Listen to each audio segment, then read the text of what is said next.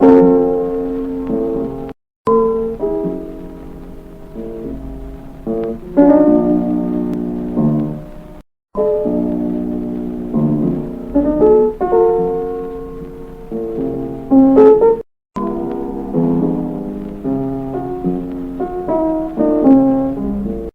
the midst of plenty,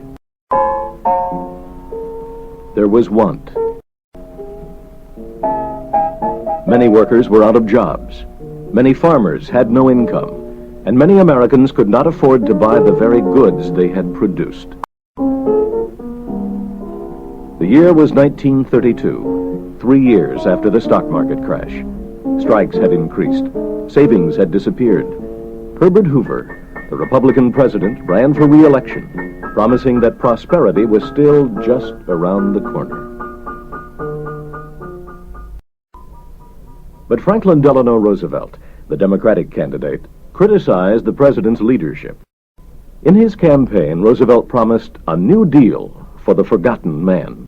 Specifically, Roosevelt promised to aid farmers and unemployed workers, to develop programs for avoiding future depressions, and to balance the budget. Roosevelt received 23 million votes to Hoover's 15 million, and carried 42 out of the 48 states. First of all, declared the newly elected president in his inauguration speech, "Let me assert my firm belief that the only thing we have to fear is fear itself, nameless, unreasoning, unjustified terror. We are stricken by no plague of locusts. Plenty is at our doorstep, but a generous use of it languishes in the very sight of the supply." However, 3 weeks before Roosevelt took office, fear became panic. Depositors, afraid of losing their life savings, rushed to banks to withdraw gold and paper currency. The panic became a crisis. On the day before Roosevelt's inauguration, more than 5,000 banks went out of business. Roosevelt acted quickly. 2 days after his inauguration, on the recommendations of his advisors, dubbed the Brain Trust, FDR declared a bank holiday. All banks were closed so that the Department of the Treasury could examine the bank's books. The banks that were sound would be reopened. The Glass-Steagall Act was passed, creating the Federal Deposit Insurance Corporation. Through the FDIC, the federal government insured the savings of small depositors. The FDIC enabled many small banks to survive.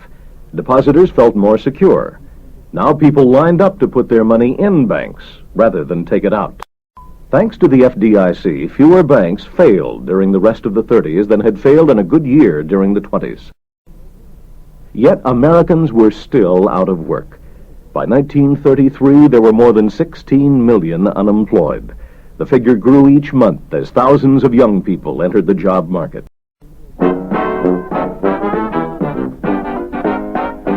In 1933, the National Industrial Recovery Act was passed, creating the NRA, or National Recovery Administration, under Hugh S. Johnson.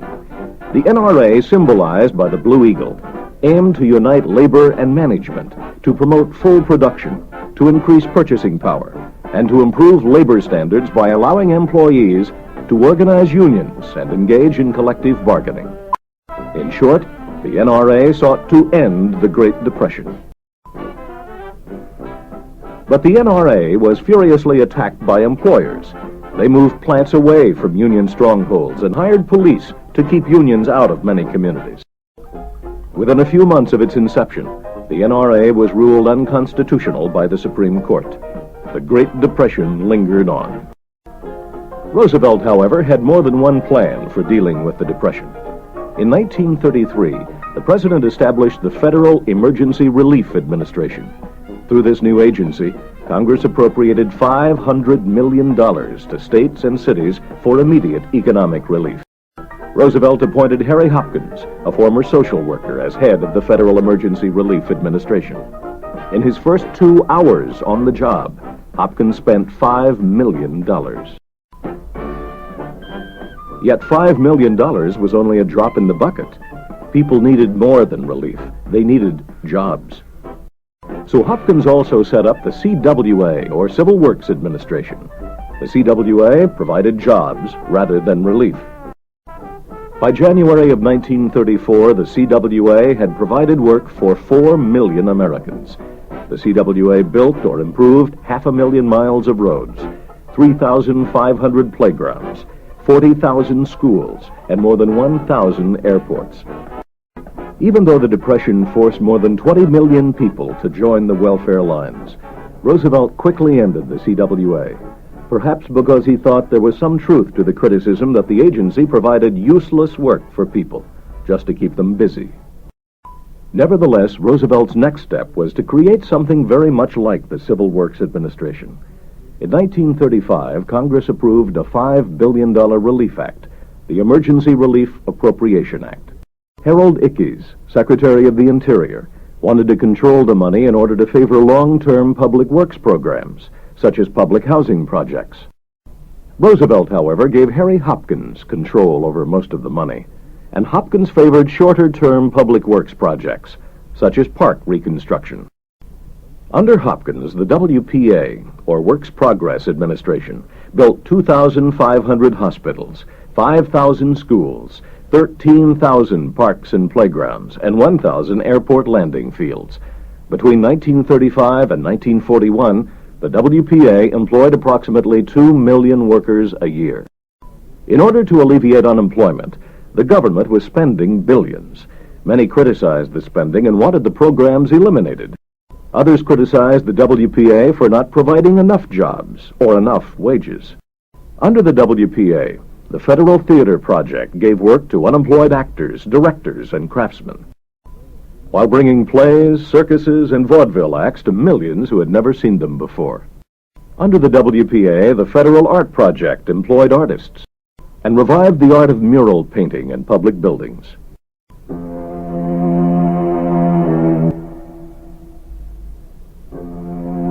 The Depression had a devastating effect on the nation's young people, leaving many of them not only unemployed, but homeless as well.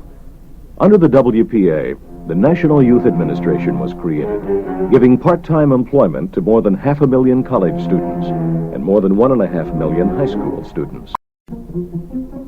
One of the longer-lived agencies of the New Deal was the Civilian Conservation Corps.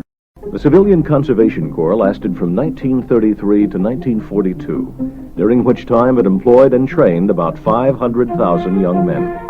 The CCC worked on flood control, soil conservation, forestry, and similar projects related to conserving natural resources. Another New Deal agency closely tied to conservation was the TVA, or Tennessee Valley Authority. Under the TVA, dams were built to achieve flood control. Reservoirs, powerhouses, and transmission lines were built to produce, distribute, and sell electrical power to the people and industry of the Tennessee Valley. Under Roosevelt's New Deal, agencies, programs, and organizations came and went. They were all attempts to lessen unemployment and poverty. But Roosevelt had also promised to develop a program for avoiding such problems in the future. A California physician, Dr. Charles Townsend, thought he had the answer. Deeply moved by the sight of old people rummaging through garbage cans to find food and clothing, Townsend wanted to build a future where such sights would not be seen again. The Townsend Plan proposed that the federal government provide a $200 a month pension to every person over 60 years of age, on the condition that they spend it all in that month. Under the leadership of Townsend and the planning of a man named Robert Clements, an organization was built. Thousands flocked to join it. The Townsend Clubs grew into a national movement. Although the Townsend Plan did not receive congressional approval, the Social Security Act did. The Social Security Act of 1935 created a national system of old-age pensions in which most employers and employees were forced to participate. At the age of 65, workers would be entitled to a pension funded by taxes on their earnings and on employers' payrolls. The measure also included a federal and state unemployment insurance program, as well as benefits for dependent mothers and children, the crippled, and the blind. Many criticized the Social Security Act for its inadequacies. It took money, in the form of taxes, out of the economy when it was desperately needed to boost spending. And those who needed security most, farm workers and domestics, were not covered at all. Others criticized Social Security as welfare, unfair to employers and un-American. Despite its weaknesses, however, The Social Security Act was one of the most lasting achievements of the New Deal. It helped change ideas about social responsibility and helped establish social rights, such as old age security and unemployment compensation. By spending billions of dollars, the New Deal sought to end the Great Depression. It succeeded in driving the national debt higher than it had ever been before. But it did not succeed in ending the Depression. In 1925, unemployment stood at 3.2%.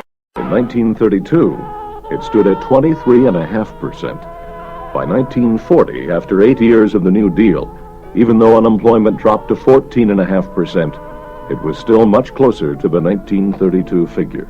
Although the New Deal did not cure the Depression, millions felt that it had helped alleviate their suffering and had saved the economy from total collapse.